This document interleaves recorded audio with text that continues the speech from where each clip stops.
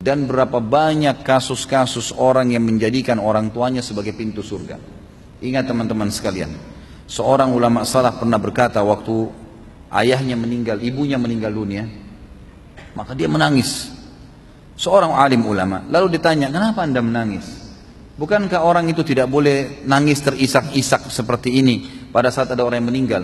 Dia bilang, saya bukan menangis karena orang tua saya ini, ya, karena diahnya secara pribadi, bukan karena diahnya. Karena selama dia hidup saya berbakti alhamdulillah. Tapi saya menangis karena dengan matinya ibu saya berarti setengah pintu surga sudah tertutup buat saya. Tinggal ayah saya satu ini dan ini saya harus jaga dan ini setengah pintunya. Dan betapa ruginya orang yang sudah meninggal kedua orang tuanya sementara mereka tidak berbakti padanya. Teman-teman renungi, berapa banyak orang di antara anda yang orang tuanya masih hidup alhamdulillah. Cuma kebetulan beda kampung, beda kota. Tinggal telepon, tinggal kirimin hadiah, pakaian, makanan. Tidak ada susahnya. Tapi subhanallah kita tidak lakukan. Kita lakukan kepada teman-teman kita malah. Kita lakukan kepada orang-orang yang kita senangi. Yang mungkin tetangga, mungkin sahabat dekat. Mungkin orang-orang ini hanya sekedar memberikan peluang-peluang kecil dari urusan dunia. Dan kita lupakan kepada orang tua kita. Ini satu hal yang luar biasa yang harus kita perbaiki.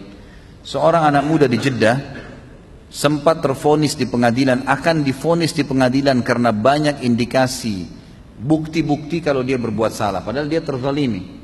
Maka dia menelpon kepada seorang syekh yang saya kebetulan dengar ceramahnya disampaikan tentang kisah ini. Dia bilang, saya pun telepon syekh dan saya berkata, syekh saya 1 jam lagi ini akan divonis di penjara 10 tahun. Ini luar biasa dan saya tidak punya bukti. Saya harus lakukan apa nih? Kata syekhnya, kamu masih punya orang tua yang hidup gak? Dia bilang, masih ada ibu saya. Kalau ayah saya sudah meninggal. Dia bilang, sekarang kamu mumpung masih ada waktu 1 jam, keluar dari pengadilan itu, dikasih kesempatan keluar. Kemudian cari rumah makan yang terbaik yang kamu lewatin, belikan makanan yang terbaik, bawa ke rumah ibumu dan ajak makan siang ibumu. Kata anak muda itu, syekh saya sedang akan divonis di penjara. Mana ada waktu saya duduk makan dengan ibu saya. Dia bilang, coba lakukan. Niatkan murni, tulus karena ingin bakti dengan orang tua. Maka anak muda ini pun melakukannya. Setengah jam kemudian kata syekhnya, dia telepon saya sambil bersyukur kepada Allah. Alhamdulillah syekh, jazakallahu khair. Semoga Allah balas anda dengan kebaikan. Saya baru ditelepon oleh pengadilan kalau saya tidak jadi divonis dan ternyata ada orang lain ya yang melaporkan orang yang telah menuduh saya ini dengan kejahatan dan banyak buktinya ternyata terbongkar semua dia berdusta. Setengah jam saja. Kata syekhnya, kira-kira menurut kamu apa sebabnya? Dia bilang, syekh demi Allah, semenjak saya masuk ke rumah ibu saya dan saya bawakan makanan ibu saya sambil menangis gembira karena saya berikan makanan. Kemudian dia bilang, mendoakan saya, nak semoga urusanmu mudah. Padahal ibu saya nggak tahu masalah saya. Semoga urusan mudah, semoga kau panjang umur, semoga kau begini. Selama setengah jam saya didoain terus sama ibu saya.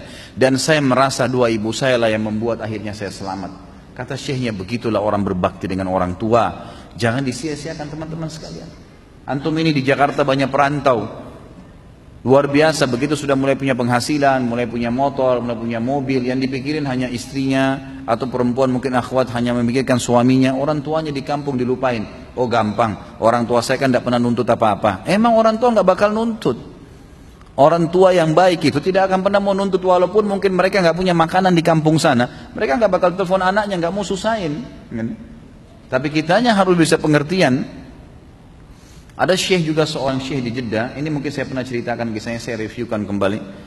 Beliau lagi khutbah Jumat dan kebetulan cuplikannya ada di HP saya, dikirim. Sangat luar biasa, suaranya Masya Allah bagus sekali kalau dia mengaji. Sampai masjidnya itu selalu penuh gara-gara suaranya. Dan memang dia juga kalau ceramah Masya Allah bagus. Banyak cuplikan ceramah dia, diantaranya dia cerita. Dia bilang, saya lagi sholat, kemudian di rakaat kedua Jumat tiba-tiba ada keributan di tengah-tengah saf di masjid. Habis selesai salam saya lalu tanya, ada apa? Pakai mic. Mereka mengatakan, syekh ada satu orang tadi jatuh di sujud di rakaat kedua. Di sujud pertama di rakaat kedua. Kata syekhnya, baik, berikan dia nafas, jangan didesak. Dan bawa ke rumah sakit terdekat cepat. Lalu kemudian orang-orang pun membawa ke rumah sakit. Lalu dokter mengatakan orang ini sudah meninggal kurang lebih ya setengah jam yang lalu. Tepatnya pada saat dia lagi sujud tadi. Maka syekh ini mengatakan, saya pun kagum, orang ini mati di hari Jumat lagi sujud, gitu kan? Mati hari Jumat ini ada hadis sahih menjelaskan kalau dia akan selamat dari fitnah kubur, gitu kan? Nggak ditanya lagi oleh malaikat siapa Tuhanmu, siapa nabimu, apa kitabmu, nggak ada fitnah kubur. Dan juga dia meninggal dalam keadaan sujud. Orang tahu ini adalah husnul khatimah, kebaikan insya Allah gitu kan. Maka Syekh ini mengatakan, saya tanya adiknya yang datang jemput jenazah kakaknya. Dia bilang, ini kakak kamu datang khusus ke masjid saya karena mau ikut sholat dengan saya, dan saya merasa saya juga harus menghormati dia. Izinkan saya memandikan, kata syekhnya. Kata adiknya, silahkan. Ya, karena ini laki-laki, maka dikatakan silahkan. Maka syekhnya pun memandikan. Kata syekhnya, di malam azza, di malam takziah pertama, saya lalu mengatakan, saya ingin tanya setelah menyambut tamu segala yang datang, dia tanya sama adiknya, apa sih perbuatan kakak kamu ini sampai Allah tutup dengan kebaikan seperti ini? Kata adiknya, Syekh, kami punya seorang ibu yang tua.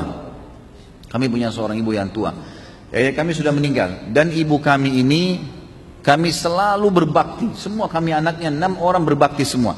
Tapi kakak saya ini punya ciri khas tersendiri. Dia kalau datang, selalu dia yang paling pertama datang ke rumah ibu kami. Selalu kalau kami datang, kami temukan sudah ada.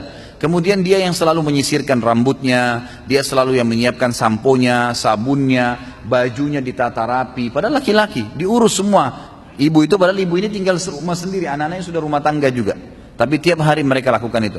Dan kami selalu didahului oleh dia. Sampai hal kecil, sampo dan sabun pun selalu dibelikan sama dia. Dari hal-hal kecil, sisirnya patah sedikit dibelikan yang baru. Selalu rambutnya disisirkan, pakaiannya dirapikan, dia urus benar. Kata syekhnya, pantas Allah tutup dia dengan kebaikan. Pantas Allah tutup dia dengan kebaikan. Teman-teman, jangan sia-siakan waktu. Kalau orang tua masih hidup bakti, sedangkan sudah meninggal saja, kita masih bisa berbakti dengan mereka, dengan mendoakan, dengan bersedekah buat mereka, dengan haji dan umrah. Ya, kita lakukan apa yang disunnahkan oleh Nabi SAW, ya kan? Menyambung hubungan dengan orang-orang terdekat, sebagaimana Nabi SAW sudah menekankan kepada kita semua, kalau kedudukan ibu itu diganti setelah meninggal dengan khalah. Khalah itu saudarinya ibu, gitu kan? Dan yang mengganti posisi ayah adalah ammah. Ammah itu paman, gitu kan? Jadi ulama coba memberikan tingkatannya. Orang yang paling layak dibakti setelah orang tua kita meninggal adalah saudarinya ibu, yang dikenal dengan khala. Ini bersamaan derajatnya dengan saudara laki-lakinya ayah.